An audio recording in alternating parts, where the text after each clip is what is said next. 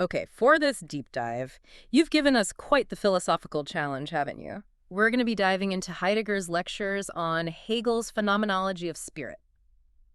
It's quite the work, but a fascinating one. Absolutely. And, I know what our listeners might be thinking. Dense, complex, intimidating even. Yeah, But a little bit. But trust me, this is a journey worth taking.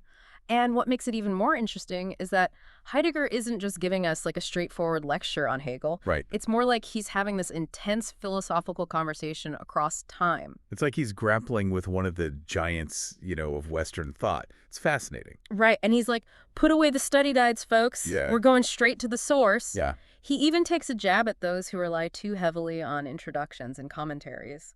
he does. He uses Derrida's work on Husserl as an example. Right. And he says that can sometimes lead you down a very specific path, and he doesn't want that. He really wants you to experience the phenomenology, to wrestle with it yourself, to come to your own understanding of it. He believes there's this dynamic process happening within the text itself. Right, and he wants you to be an active participant in that process. Yes. I love, and we talked about this a little bit before, but I love how he approaches the multiple meanings of phenomenology of spirit. Yeah. It's the actual book itself, but then sometimes it's also the process of thought itself.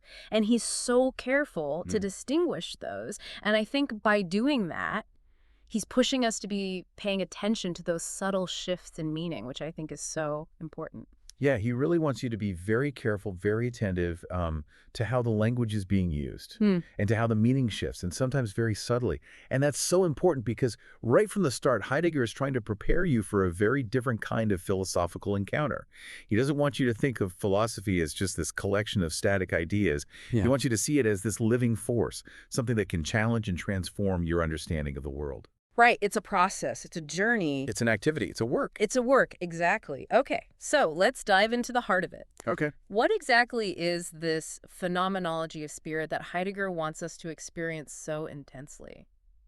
So Heidegger starts by walking us through Hegel's titles for the work. And he points out how each title reveals a new layer of meaning. Okay. So it starts as system of science, Okay. then science of the experience of consciousness, and finally, science of the phenomenology of spirit. And each of these phrases builds on the last one, revealing, the ambition and the scope of Hegel's project. And I think, ambitious is an understatement, but you mentioned that Hegel's idea of science isn't what we might typically think of. So what does he mean by that? Right. He's not talking about science in the sense of, observing data or conducting experiments, the way that we think of science today. It's not that kind of science. Yeah. What he's talking about is something much more radical. He's after what he calls absolute knowledge. And this absolute knowledge, you can think of it as a complete and total understanding of reality itself, Okay. of how everything fits together and how knowledge itself unfolds. So it's not just about knowing a bunch of facts about the world. It's about understanding the very structure of knowledge itself. Oh, okay. So it's not just about, knowing a bunch of facts. Right. But it's about understanding the very structure of knowledge itself. So that's a pretty tall order, I would say. It is. It is a very tall order. And one thing that's key to this process is experience. And again, Hegel doesn't mean just any kind of experience. Right. Not like going to Disneyland. Not like, I went to the movies last night. Right. That's not the kind of experience he has in mind. What he means by experience is something a bit more challenging. It's about realizing what something isn't in order to understand what it is. So it's about going beyond our initial limited understanding, shedding all of our assumptions, and arriving at a fuller grasp of the thing itself. It's about negating, you might say, our initial understanding, moving through that negation to a richer and truer understanding. So it's like chiseling away at a block of marble, removing everything that's not the statue to reveal the form within. That's a great analogy. It's a great analogy. And so this process leads us to the concept of spirit, which again isn't some kind of ghostly apparition or anything like that. No Casper. Yeah, no Casper the Friendly Ghost. Right. For Hegel, spirit is more about the self-aware unfolding of absolute knowledge, realizing itself throughout history. So it's the process of knowledge becoming conscious of itself, of understanding its own power and potential. Okay, so we're talking about some pretty heady stuff here. Where does phenomenology fit into all of this? Right, so phenomenology for Hegel describes the way in which spirit exists. So spirit exists as a process of appearing, of becoming other to itself, and then returning to itself enriched by that experience. So it's not just about studying spirit as an object. Mm. It's about understanding how this self-aware knowledge unfolds and how it becomes more complete over time. Okay, so we're not just passive observers of the spirit. We're actually participants in its unfolding. But how does that work? I mean, does Hegel give us some sort of roadmap for this journey? He does. He structures the phenomenology as a kind of journey, a journey that has stages. Okay. And each stage builds upon the last. So you move through each of these stages, Okay. overcoming the limitations of the previous stage and moving closer and closer to the truth. And these stages are consciousness, self-consciousness, reason, spirit, and finally, absolute knowledge. It sounds like a pretty epic climb. It is. It is an epic climb. It's an epic journey. And Heidegger is our guide through this challenging terrain. And he helps us understand how consciousness begins locked in this immediate sensory world. So, it's limited by what we directly perceive through our senses. So at this early stage, we're kind of stuck in the here and now of our immediate surroundings. We haven't really stepped out of the cave yet. Exactly. We're still kind of prisoners of our senses. Okay. And Heidegger breaks down these early stages by looking closely at Hegel's discussions of sense certainty and perception. Okay. And through Heidegger's lens, we can see how Hegel is demonstrating, showing, that these ways of knowing are very limited, that they often lead to contradictions. Give us an example. Okay, so a great example would be the concept of now. Okay. So, think about the concept of now. When is now? Is it morning? Is it the afternoon? Is it night? Now is constantly changing, yet we try to grasp it as if it were a fixed point. Right. Or, consider how even our perception of a simple object, a simple coffee cup on the table in front of me. Okay. That coffee cup might appear round from one angle, but if I look at it from a different angle, it might appear flat. So our perception of even a simple object like that can shift depending on our perspective. So it's like he's showing us that our immediate experience of the world, what we're seeing and feeling and hearing, Right. isn't really the whole story. It's only a very limited perspective. It's very limited. It's a starting point, but we need to move beyond that starting point. Right. There's something more going on. There's something more going on beneath the surface. There's something deeper. And he's challenging us to go beyond just taking things at face value and to recognize the limitations of our senses. It's kind of like, wake up. Yeah, wake up. Exactly. There's more to see. Mm. But how do we break free from this limited awareness? How do we move from just this basic consciousness Right. to self-consciousness? Is it like a sudden leap? Well, for Hegel, this transition is crucial, and it's not easy. It's a struggle, Okay. and it involves the emergence of what Hegel calls understanding. So this is a higher mode of knowing that goes beyond simply perceiving the world around us. Okay. So it's like consciousness 2.0. Yeah, consciousness levels up. It levels up, yeah. Right, but what triggers this shift? Yeah. Right, how do we get from basic consciousness to understanding? Right. Well, this is where things get really interesting.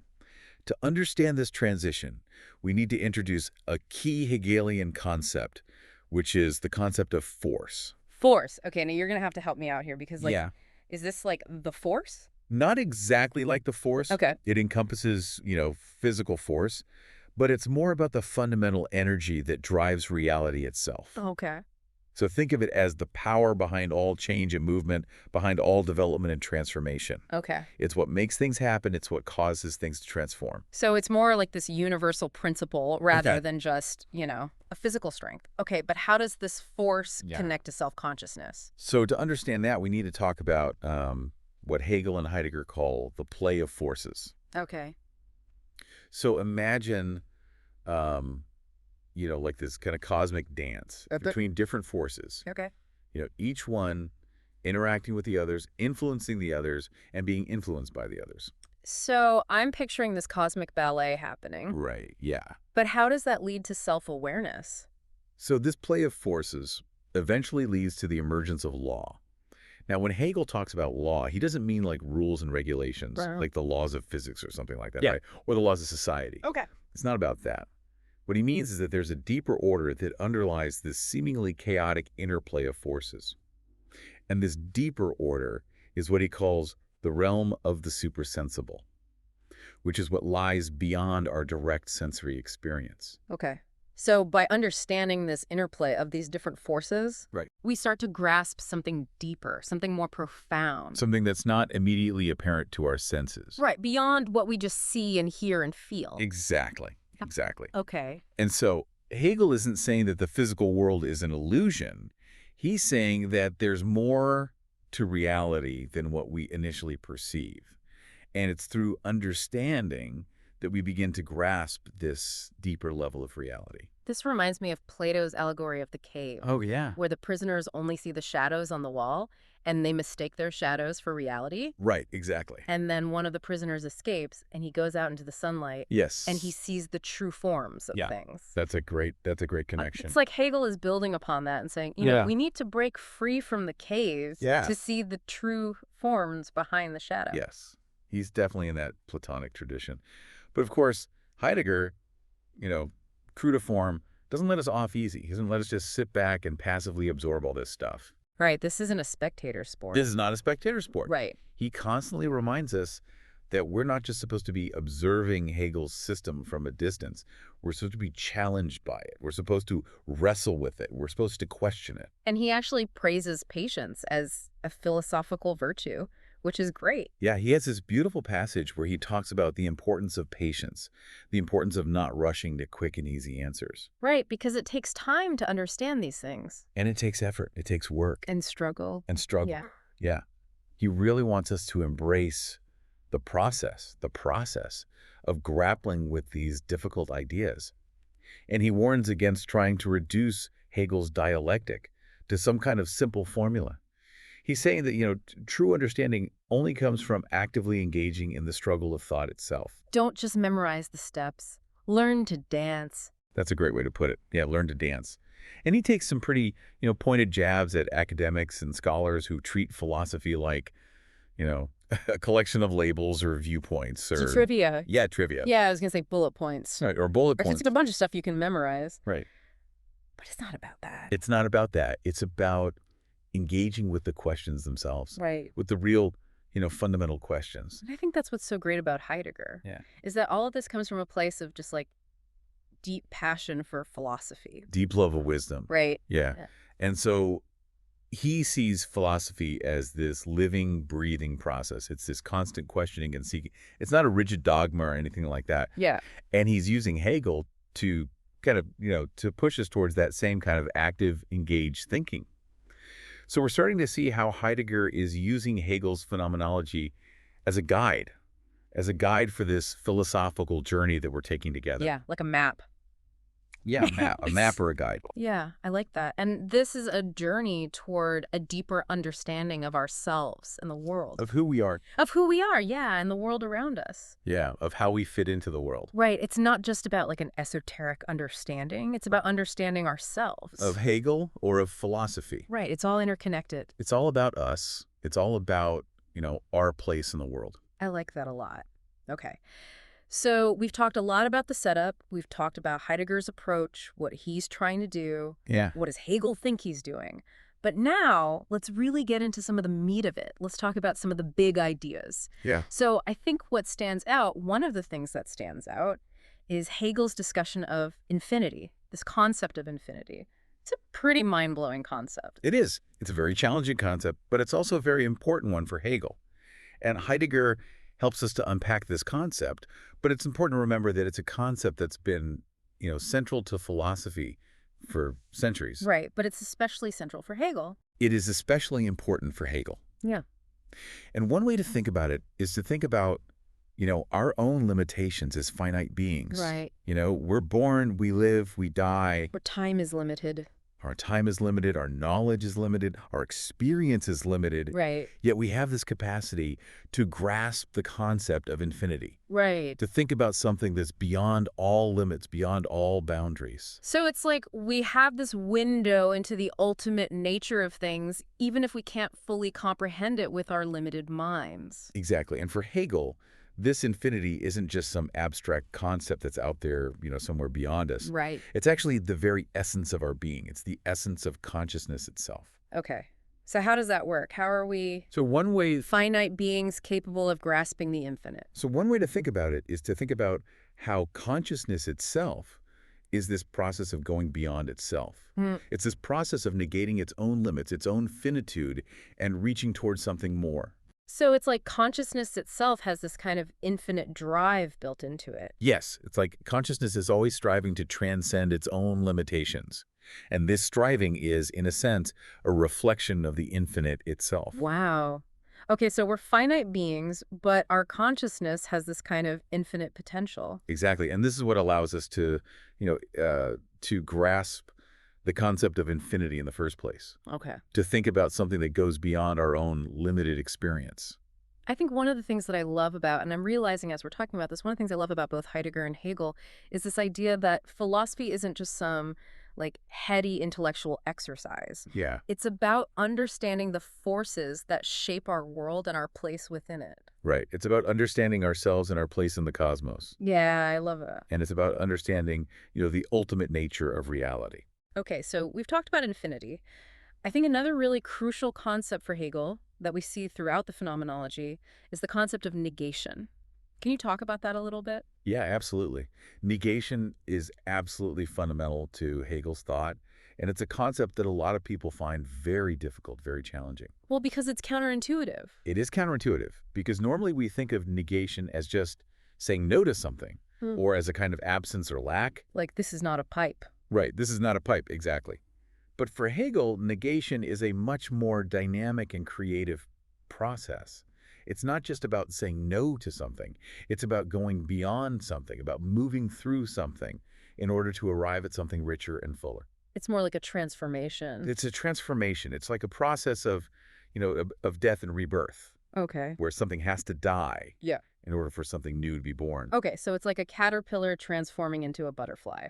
That's a great example. Yeah, that's a great example. The caterpillar has to kind of die, has to go through this process of metamorphosis Right. in order to become the butterfly. Right. And this is happening, not just on a biological level, but also on a philosophical level, on a spiritual level Yeah. for Hegel. This process of negation is happening all the time Okay. in our consciousness, in history, in the development of culture. Okay. So everything is constantly going through this process of negation, of overcoming its own limitations and becoming something more. It's like this constant evolution. It's a constant evolution. It's a constant process of becoming. Okay. So how does this concept of negation play out in the phenomenology of spirit? Can you give us Yeah. an example? Sure, yeah.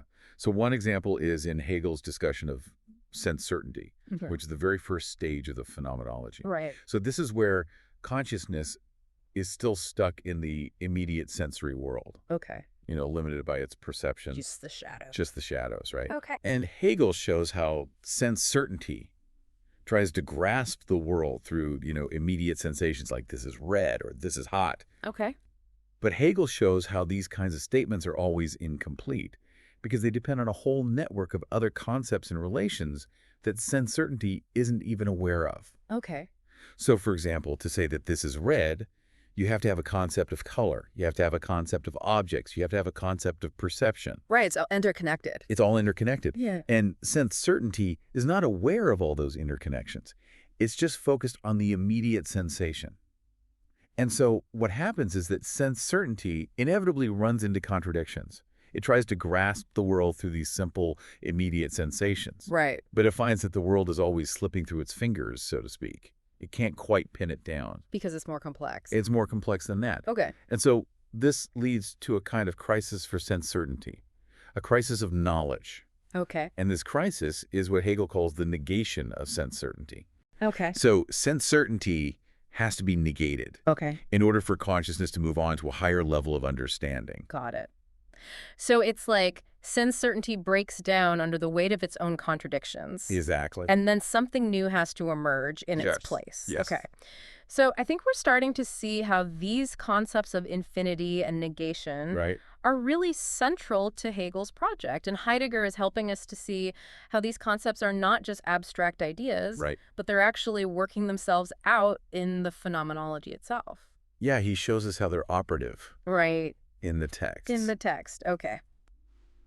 I'm really enjoying this deep dive. Yeah, me too. It's really fascinating. It's a lot to take in, but it's so rewarding. It is. It is. But I think that's the beauty of it, is that it's challenging us to think in new ways. Absolutely. And to see the world with new eyes. Yeah, to question our assumptions. Right, to question our assumptions. Yeah, and to, to really grapple with some of the biggest questions that humanity has ever asked. And that's what philosophy is all about, right? That's what philosophy is all about. It's not about finding easy answers. Right. It's about the journey. It's about the journey and the process Yeah. of questioning, of seeking, of understanding. And that's what we're doing here today. Exactly. We're on that journey together. We are. We're on a journey together. I love that. Okay, well, this is a great place to kind of pause for now. Catch our breath. Catch our breath, exactly. We've covered a lot of ground in this first part. We have.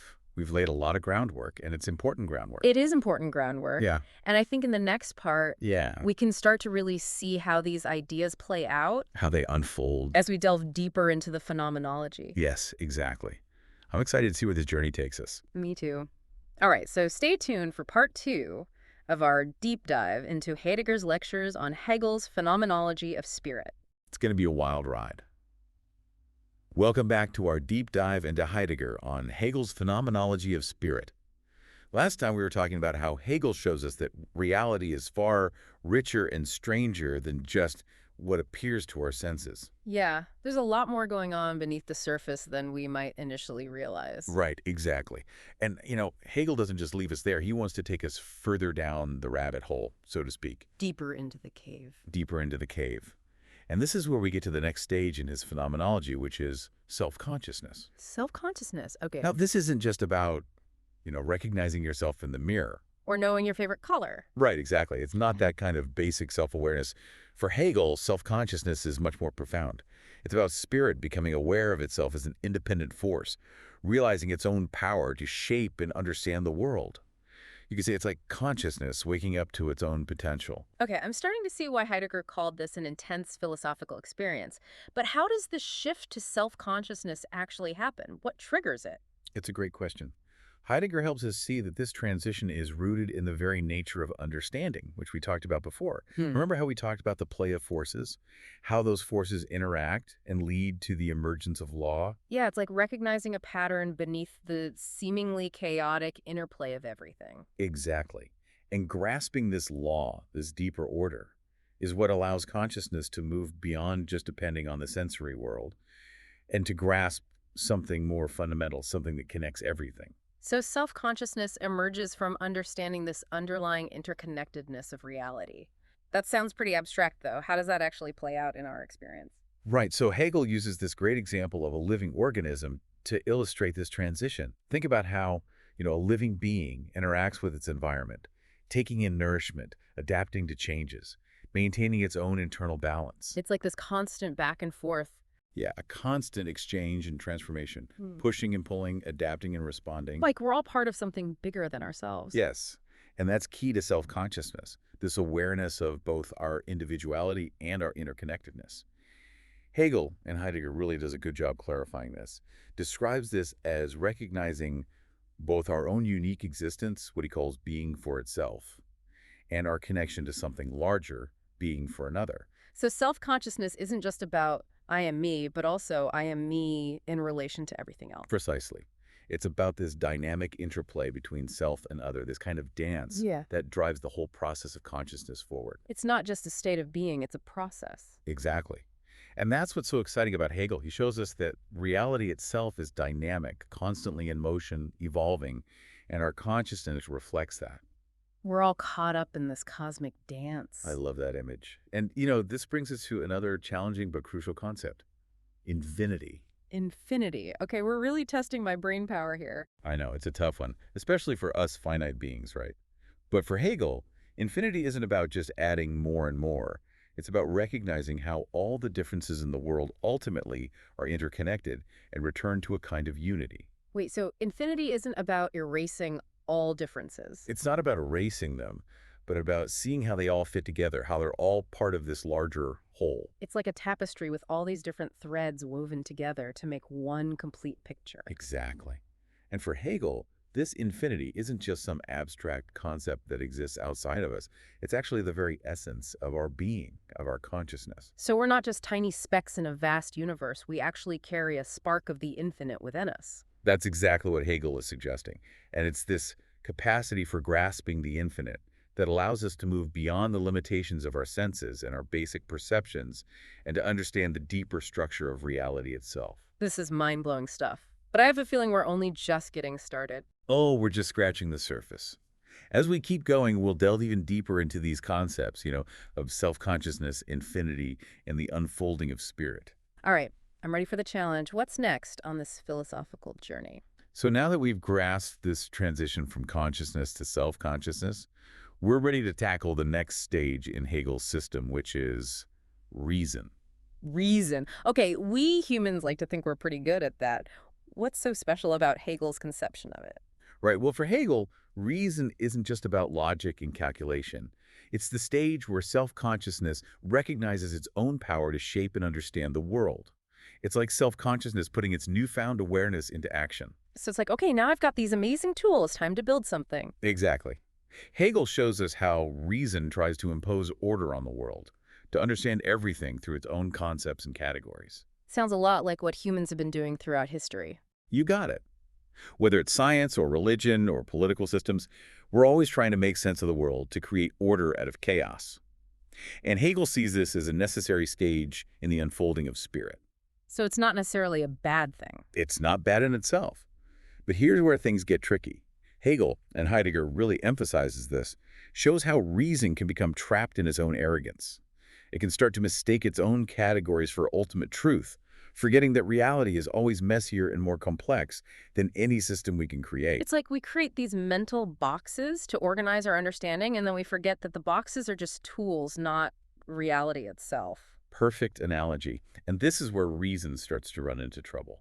Hegel shows how our attempts to understand reality through reason alone inevitably lead to contradictions and limitations. Our systems break down. Our neat categories fall apart. So it's like reason needs to go through a humbling process. Exactly. Hegel calls this the dialectic of reason. It's how reason confronts its own limits and is forced to move beyond itself. And where does that lead us? Well, that's where things get even more fascinating. Because this process of reason breaking down and rebuilding itself leads to the next stage. Spirit. Spirit again. What? We've already talked about spirit. We have, but now we're approaching it from a new angle. Remember, for Hegel, this journey of consciousness is a process of unfolding, of becoming, and spirit is the culmination of this whole process. It's where things get really interesting. Welcome back to the deep dive. We're on this philosophical journey with Hegel's Phenomenology of Spirit, and last time we were wrestling with reason, right? We were talking about how it tries to make sense of the world. Yeah, how it tries to put everything into neat little boxes, create these systems and categories. But sounds like even reason can get a little too confident. Oh, absolutely. It can get a little too big for its britches, you know.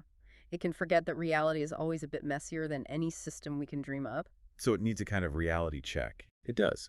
And Hegel provides that through the dialectic, which is this process where reason bumps up against its own limitations, its systems break down, and it's forced to move to a higher level. It's like reason failing forward.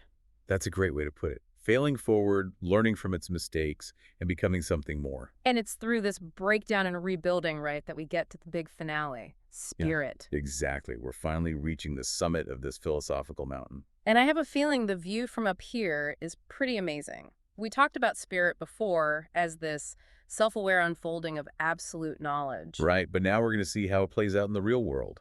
How it manifests in history, culture, art, religion, even politics. So it's not just about individual consciousness anymore, but like a collective consciousness. Exactly. Hegel sees spirit as the embodiment of absolute knowledge realizing itself through the entire story of humanity.